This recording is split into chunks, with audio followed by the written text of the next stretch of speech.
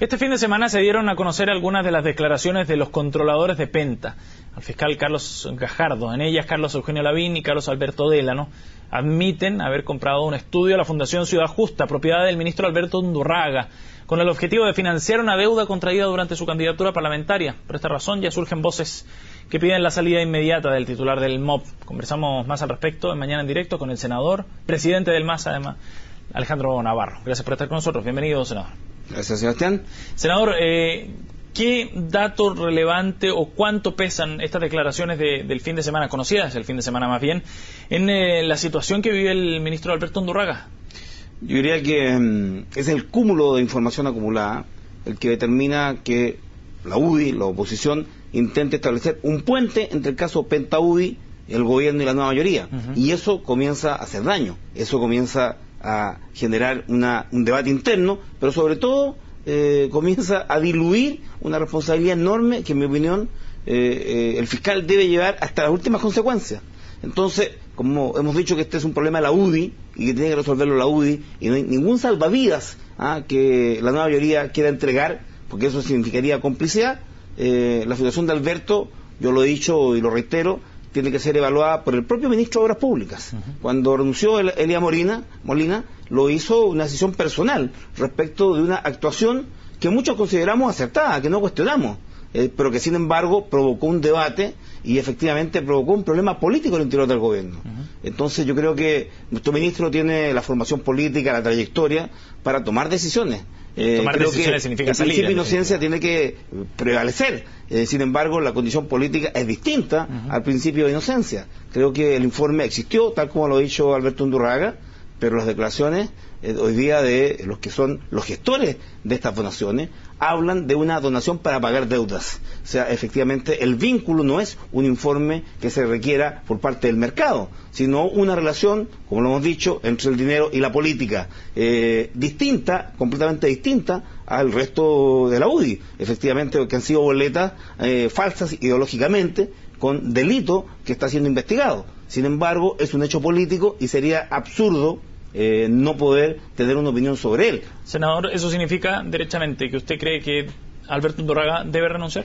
Yo creo que él tiene que evaluar su situación y el propio gobierno. Esa evaluación podría gatillar que él diga que no hay ningún problema y siga dentro del ministerio. Pero eso nos va a comprar un problema, porque cuando hemos dicho que en esta oportunidad no hay posibilidad de acuerdo político con la UDI, como lo hubo antes en materia de financiamiento de la política, lo que decimos es que efectivamente todos tienen que ser investigados. Y la situación del ministro, por cierto, lo que hace, reitero, es establecer esta relación. Distinto es el caso del ministro. En lo político, la ciudadanía no distingue, o sea, no distingue ni entre la UDI ni entre la nueva mayoría al momento de cuestionar a la clase política. Menos va a distinguir la salvedad de un informe realizado distinto a una falsificación ideológica. El problema, en mi opinión, para una eventual salida del ministro, es de que la salida se relaciona a culpabilidad.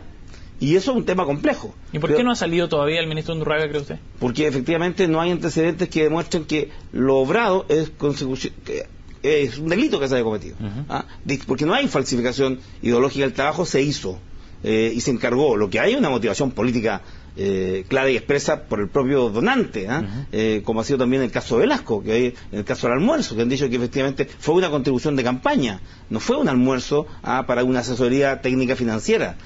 En ese sentido, yo creo que las horas que vienen son importantes, decisivas, porque lo menos que deberíamos querer desde el gobierno y desde la nueva mayoría es de que la UDI utilice la teoría del empate. Es decir, nosotros tenemos los nuestros, ustedes tienen los suyos, cuando los casos son, reitero, Sebastián, diametralmente opuestos, pero la consecuencia política es muy similar. Ahora, ¿por qué cree usted que todavía no sale de Alberto Undurraga de su ministerio? Y si aún no decide renunciar, ¿cuánto daño le puede hacer al gobierno, cree usted? Hay un daño generalizado a la política, que por lo demás está pésimamente evaluada, pero esto puede generar un daño al gobierno, porque si efectivamente hay una salida en otras condiciones o en un tiempo distinto, pero una salida al fin y al cabo, eso va a generar un vínculo después que vamos a tener mucha dificultad de echarlo abajo, en diferenciar la situación de la UDI, en el caso de las boletas falsificadas ideológicamente, que son constituidas de delito, con la situación de Alberto Undurraga. ¿Está siendo irresponsable el ministro? al extender él tiene una situación, responsabilidad, en mi opinión, que asumir. Y tendremos oportunidad de conversarlo en el comité político o con los partidos de la nueva mayoría. Esto no es un tema tabú, porque el problema político existe. Lo peor es ignorar y hacer como si no existiera. Existe y puede terminar dañando mucho más al gobierno y a la nueva mayoría que incluso a la UDI, porque el proteccionismo, es decir, se ha dicho, mira, cuando se trata de la oposición, duro con ellos, y yo he sido bastante duro, me opuse y tengo una opinión muy negativa a que hay una reunión de la nueva mayoría con Silva o con los presidentes de los partidos de la derecha. Creo que esto es un tema que tienen que enfrentar solitos. Cuando efectivamente esto decante en la investigación judicial, vendrá la posibilidad de una reforma profunda al sistema de financiamiento. Y Sebastián, ¿fue un error esa reunión? Yo asistí, le levanté a Osvaldo Andrade y dije, mira, yo asistí porque no es de la nueva mayoría, yo como vocero de la nueva mayoría no hemos tenido nunca una decisión de hacer esta reunión, menos aún con el presidente de la UDI, que está directamente implicado. Y lo planteé con franqueza y directamente en la reunión, no hay ninguna posibilidad de acuerdo. Y si hay que discutirlo en la nueva mayoría, lo haremos. Conversamos con Velasco, presidente del Partido Radical, con Ernesto, ni Aguiló ni Telier quisieron participar, porque se entiende que cualquier movimiento que haga sospechar a la ciudadanía de que se va a intentar ocultar el fondo del asunto va a ser muy complejo. En este sentido, yo espero, y no descarto la posibilidad de conversar con el ministro y que lo hablemos políticamente, porque el problema, insisto, no es que haya habido una boleta falsa ideológicamente.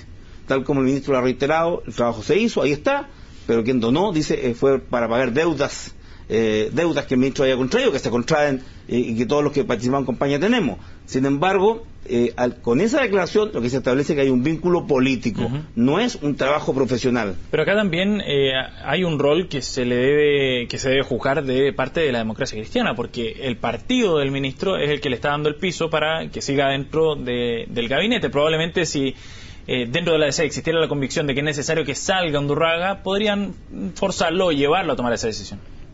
Mira, yo no creo que en este sentido los partidos puedan blindar a un ministro. Los ministros son siempre los fusibles y son fungibles. El bien superior es la presidenta de la República, es el gobierno. Se va al gobierno para ayudar al éxito. Y cuando la presencia de un ministro o de una autoridad no está contribuyendo a ese éxito, al contrario, es parte de un problema, entonces, bueno, hay una decisión política que tomar. Lo que yo digo es de que no podemos eludir el tema porque suena a que queremos encubrir algo, cuando en definitiva el propio ministro ha puesto todo sobre la mesa. Y lo que tenemos no es un problema judicial, es un problema político. Hay una vinculación. Y en ese sentido, creo que eludir el debate no es adecuado. Esta semana yo creo que tenemos que tratarlo y resolver con el elemento clave. Mira, el principio de inocencia. Sin embargo, si el trabajo se hizo, no hay problema, no hay delito, pero hay un vínculo político que va a terminar por contaminarlo todo, tal como está ocurriendo. Oiga, senador, ¿y no será que la presidenta quizás está esperando algún cambio de gabinete para poder hacer el cambio también del ministro de Obras Públicas? Mira, los ministros de voto propio pueden tener sus evaluaciones y hacer lo que estimen conveniente en una relación con la presidenta. A veces la presidenta le puede decir, no, usted no me renuncia hasta que yo le diga. Los ministros no renuncian cuando ellos quieren, porque quien decide es siempre la presidenta de la República. Entonces, el cambio que se ha anunciado, creo que es evidente que tiene que haber un ajuste de gabinete. Ojalá sea más pronto que tarde. Se esperaba para el viernes, quizás. Eso genera incertidumbre, además hay ajustes, no todos en el gobierno han dado el ancho, y eso está claro y evidente en todos los niveles, ministeriales, intendencias, gobernaciones, en Ceremi. ¿Qué ministro no ha dado el ancho? Mira, la presidenta tiene que hacer esa evaluación. Yo lo he dicho, al hacer esta declaración en torno al caso Penta y el vínculo con el Ministerio de Obras Públicas, hemos dado un paso político complejo. No estoy por pautear a la presidenta, creo que la presidenta sabe muy bien en esa evaluación qué cambios va a hacer. Y fíjate que los partidos van a tener que acatar. Solo decimos a veces los partidos, ojalá que se mantengan los equilibrios, a veces esos no se mantienen, y yo diría esto sin llorar. Si los partidos decimos que hay que hacer ajustes, después no lloremos si nos dejan fuera. ¿Me explico? La presidenta tiene la autonomía y la facultad de designar un nuevo gabinete, hacer ajustes, y yo creo que eso viene, ojalá que pronto, porque hay algunos que han empezado a especular con esto, diciendo que esto está afectando la credibilidad de los empresarios, de que no hay confianza ni estabilidad para tomar decisiones.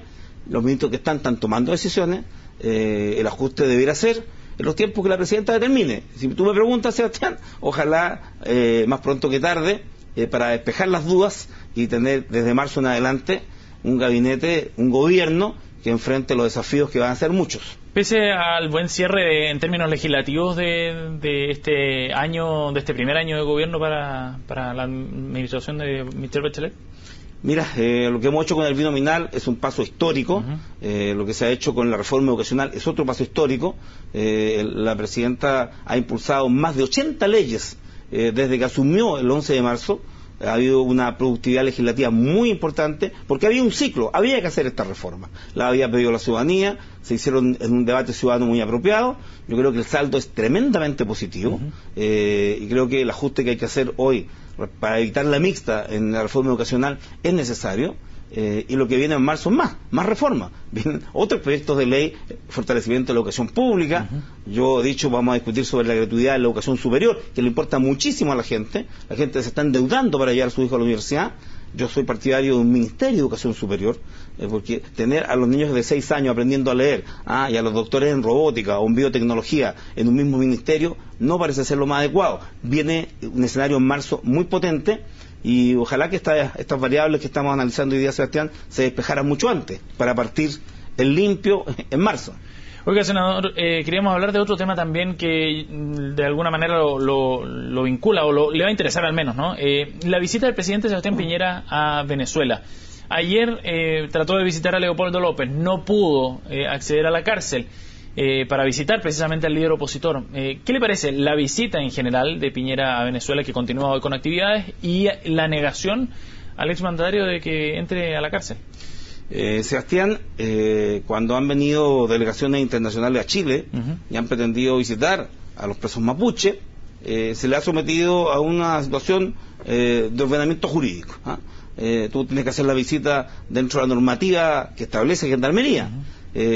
Cuando fue el presidente de la UDI a hacer la misma actuación que ha ido a hacer Sebastián Piñera junto a otros 2 expresidentes, se le ha aplicado el reglamento. Yo estimo que Leopoldo López no es un preso político. Él está acusado por conspiración para derrocar el gobierno y un conjunto de delitos. Presidente Piñera, que yo recuerde, y me he esforzado, Sebastián, no recuerdo que cuando en Chile había miles y miles de presos políticos, haya ido a visitar un preso político a la cárcel, porque en Chile lo hubo y en masa, por miles y miles. Entonces, lo que ha hecho el presidente, mira, es un acto de provocación. ¿Por qué? Por la situación interna de Venezuela. Porque él presidió la CELAC, una creación del presidente Hugo Chávez, se inauguró en Caracas. Él sabe la situación interna compleja que vive Venezuela, y una acción de este tipo lo único que hace es contribuir a que la política interna adopte un giro distinto. Es decir, que se propicien condiciones, incluso en la eventualidad de un golpe de Estado, porque se están generando condiciones que atentan en contra del presidente Nicolás Maduro. Pero ¿cómo se puede achacar a la visita de 3 expresidentes que quieren solidarizar con la oposición la posibilidad de un golpe de Estado, senador? Mira, la presencia no es inocua. Se hace para hacer una acción política, que es precisamente la que intentaron hacer cuando visitan a Leopoldo Sánchez. ¿No es legítima? Mira, yo diría que Venezuela tiene una democracia, por cierto, tiene una constitución votada por todos los venezolanos, tiene un gobierno elegido democráticamente, y no corresponde a expresidente de la República intervenir en la política interna de los países, porque en el momento que vive Venezuela, esta visita forma parte de un conjunto de elementos que el propio gobierno ha dicho son de provocación, de incitación, porque efectivamente se intrometen en la política interna de Venezuela. Pero porque yo hubiera preferido mayor prudencia a los presidentes. La visita era la guinda de la torta, que era el elemento que, por cierto, todo construido buscaba generar la sensación internacional de que hay presos políticos en Venezuela. Yo diría, el presidente Piñera pasó la delgada línea roja, y no necesitamos ese tipo de embajadores, porque esto puede llevar a enturbiar las relaciones entre Chile y Venezuela, porque él no abandona su calidad de expresidente. Él sigue siendo expresidente de Chile, ya no es solo un político de derecha, y creo que fue imprudente logrado. Vamos a esperar que cuando regrese efectivamente haya este debate. Yo creo que Chile puede hacer un debate sobre Venezuela, pero yo digo, cuando vengan a ver a los presos políticos mapuche, y Chile ha expulsado a muchos periodistas y activistas internacionales y lo ha puesto en la frontera y lo ha expulsado, sepamos muy bien que lo que nosotros alegamos en Chile es que no queremos que se inmiscuyan de las políticas internas, como en el caso de Bolivia. Cuando si vinieran el presidente de Chile a Santiago a opinar a favor del MAP para Bolivia, lo que tú dirías, y diría la ciudadanía y políticamente el gobierno, diría, aquí hay un tema bilateral o interno que se está exacerbando. Yo lamento la presencia del presidente Piñera en Venezuela, creo que fue un error político, y yo creo que la derecha en Chile tiene que decidir si se va a dedicar a estar participando en eventos que pueden provocar problemas al interior de otros países. Bien, senador Navarro, muchas gracias por haber venido a CNN Chile. Buen día.